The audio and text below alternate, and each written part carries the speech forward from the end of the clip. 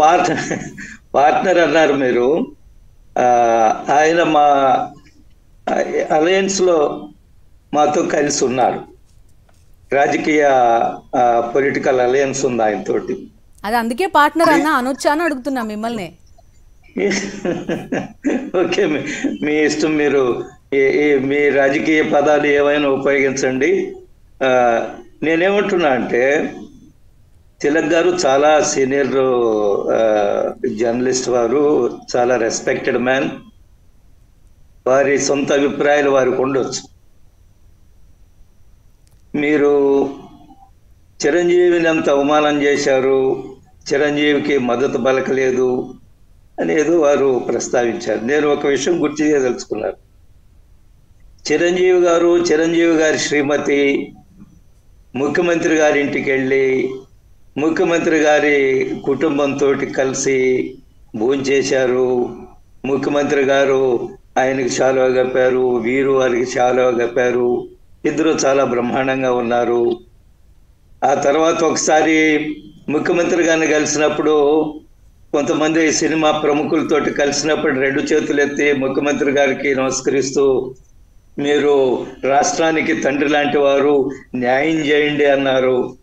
దాని మీద పవన్ కళ్యాణ్ గారు కూడా వ్యాఖ్యానించారు. ఇంత అవమానం చేస్తారని మా అన్నగారిని కూడా చెప్పారు.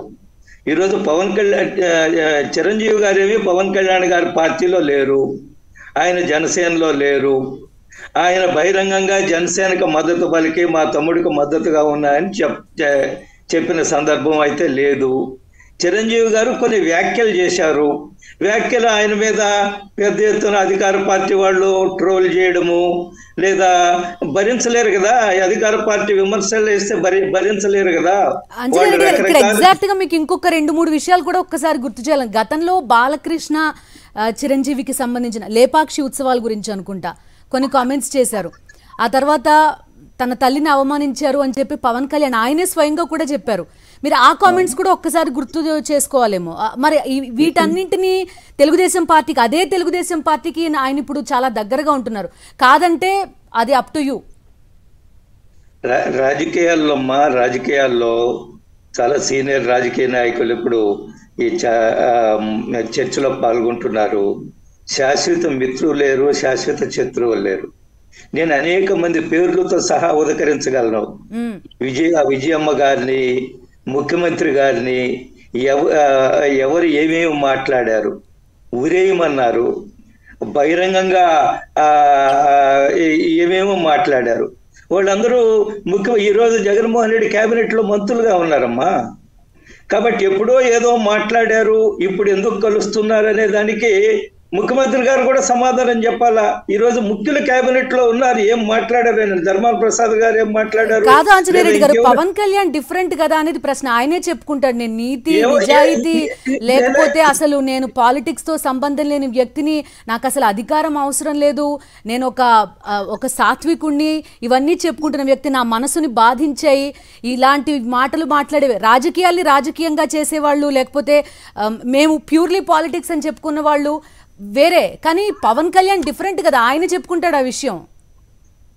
నేనే పవన్ కళ్యాణ్ డిఫరెంట్ ఎందుకంటే ఆయన సినిమా హీరో అని వాళ్ళ అన్నగారితో విభేదించి బయటకు వచ్చారు. వారి అన్నగారు కాంగ్రెస్ పార్టీలో ఆయన ప్రజారాజ్యాన్ని కలిపినప్పుడు ఆయన వ్యతిరేకించారు, బయటకు వచ్చారు. ఆయన సినిమాలు చేశారు. 10 సంవత్సరాల కిందట ఒక పార్టీ పెట్టారు. ఆయన ఎక్కడికి వెళితే అక్కడ వేలాది మంది ప్రజలు ఎవరు బస్సుల్లో, లారీల్లో లేదా ఇంకేదో ఆర్టీసీ బస్సుల్లో తోలకుండానే స్వయంగా వస్తున్నారు. అందులో ఏం అనుమానం లేదా. Is a different politician. ఆయన కొన్ని సందర్భాల్లో రాజకీయ అనుభవము మాలాగా చిన్నప్పటి నుంచి రాజకీయ పార్టీ కార్యకర్త కాదు కాబట్టి కొన్ని సమయాల్లో ఆయన ఆవేశంగా మాట్లాడుతుంటారు. ఆవేశంగా కొన్ని సమయాల్లో టంగ్ స్లిప్ అవుతుంటారు. అంత మాత్రం చేత ఆయన చిత్తశుద్ధిని, ఆయన యొక్క ప్రత్యేకతని మనం ప్రశ్నించవలసిన అవసరం ఉందని అనుకోవడం లేదు. ఈజ్ ఎ డిఫరెంట్ పాలిటీషియన్, అందులో ఎటువంటి అనుమానం లేదు. కానీ ఆంజనేయ రెడ్డి గారు, వైజాగ్ వెళ్ళిన తర్వాత ఆయన అక్కడ చేసిన వ్యాఖ్యల గురించి మీరేమంటారు? సబ్జెక్టివ్ గా నేనేమంటున్నా అంటే వైజాగ్ లో నేను అధికార పార్టీ వాళ్ళు అఫీషియల్ గా ట్విట్టర్ లో ఒకటి పెట్టారు, వైజాగ్ లో ఋషికొండలో కట్టేది అది సెక్రటరియట్ కడుతున్నామని. తర్వాత మళ్ళీ ఇప్పుడు ఏదో మాట మార్చుకున్నట్టున్నారు. Official handler Twitter party tweet చేసింది, అఫీషియల్ గా ట్వీట్ చేసింది. మాట మార్చినట్టయితే నాకు గుర్తులేదు. దువ్వాడ శ్రీనివాస్ గారు ఏమంటారు? లేదా ఒక్క నిమిషం కంప్లీట్ ఎమ్మెల్సీ గారు ఒక్క నిమిషం. నేనేమంటున్నా అంటే ఆయన అక్కడ ఏమన్నా ఢిల్లీలో శీష్ మహల్ లాగా కట్టాడు కదా మన అరవింద్ కేజ్రీవాల్ గారు, అట్టేమన్నా కడుతున్నారా? అక్కడికి వెళ్ళారు, పార్టీ చెప్పింది అక్కడ మేము సెక్రటరీ కడుతున్నామని, చూడడానికి వెళ్ళారు. అనుమతిస్తే తప్పేం లేదు కదా, వాళ్ళేం ధ్వంసం చేయరు కదా. లేదా ఇక్కడ అనాధికారికంగా ప్రజావేదిక ధ్వంసం చేసినట్టు మన అమరావతిలో వాళ్ళు అక్కడికి వెళ్ళి దాన్ని అంతా ఏం ధ్వంసం చేయరు కదా. అనుమతించవచ్చు, కొద్దిమంది అనుమతించవచ్చు. ఎస్ మీకు అనుమానాలు ఉన్నాయా పోయి చూడండి అని చెప్పొచ్చు.